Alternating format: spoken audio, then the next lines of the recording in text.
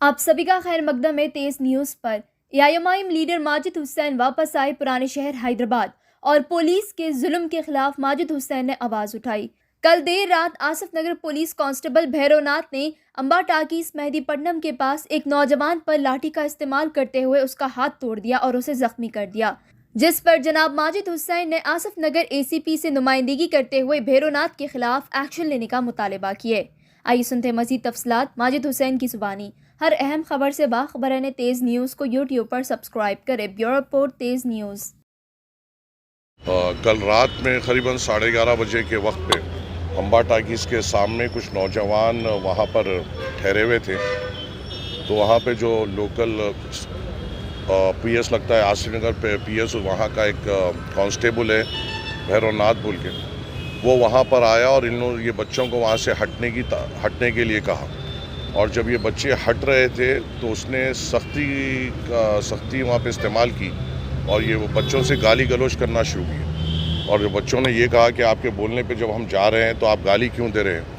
तो उस जाहिल ने उस बच्चों पे हमला किया, लाठी से उनको मारा, जिसमें एक बच्चा जो राशिद है उसके सीधे हाथ की हड्डी टूट गई और लाठी से हाथों से मारते हुए उसे इंजर्ड किया गया।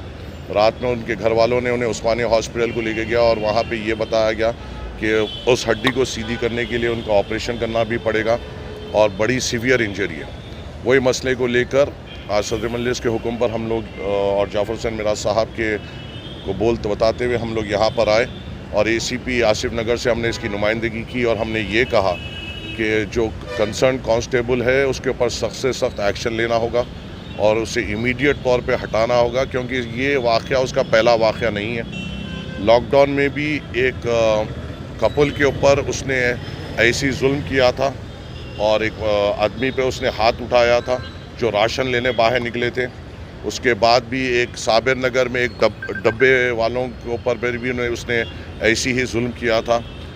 ये रिश्वतखोर थोड़े लोग महकमे में आ गए हैं जो लोगों पर जुल्म कर कर अपना घर चलाने की कोशिश करते हैं। ऐसे लोगों को हम बर्दाश्त नहीं करेंगे। और जब यहाँ फ्रेंडली पुलिस की बात होती है, जब पूरा महकमा इस पॉलिसी पे चल रहा है तो कुछ लोग इसके ऊपर धब्बा नहीं लगा सकते हैं। और जो लोग ऐसे लोग जो इस पर धब्बा लगा रहे हैं उनको महकमे में नहीं रहना चाहिए। और हम यही दरख्वास्त लेकर हम एसीपी साहब का आए थे और हमने यही मुतालबा किया है कि ऐसे लोगों को हम भी बर्दाश्त नहीं करेंगे और आपको भी इक़दामात लेना पड़ेगा। और कल उसने ये बच्चे के ऊपर मारा, लाठी तोड़े और इसकी हड्डी तोड़े बाद से फिर उसने खुद जाके कंप्लेन की कि बच्चों ने मुझसे बदतमीज़ी की। मैंने एसीपी साहब से कहा ठीक है, उसकी भी कंप्लेन लीजिए और इनकी एमएलसी के हिसाब से इनकी भी कंप्लेन लीजिए कि कानून बड़ा वसी है और हमारे को मालूम कानून पे एतबार भी है। हम उस बुनियाद पे जाते हुए उनकी नौकरी के ऊपर भी ला सकते हैं भला, क्योंकि जुल्म वो नहीं कर सकते हैं। और बस मैं आपके ज़रिए से ये कहना चाहता हूँ कि अगर कानून भी इम्प्लीमेंट करना है तो तरीक़ेकार से करिए।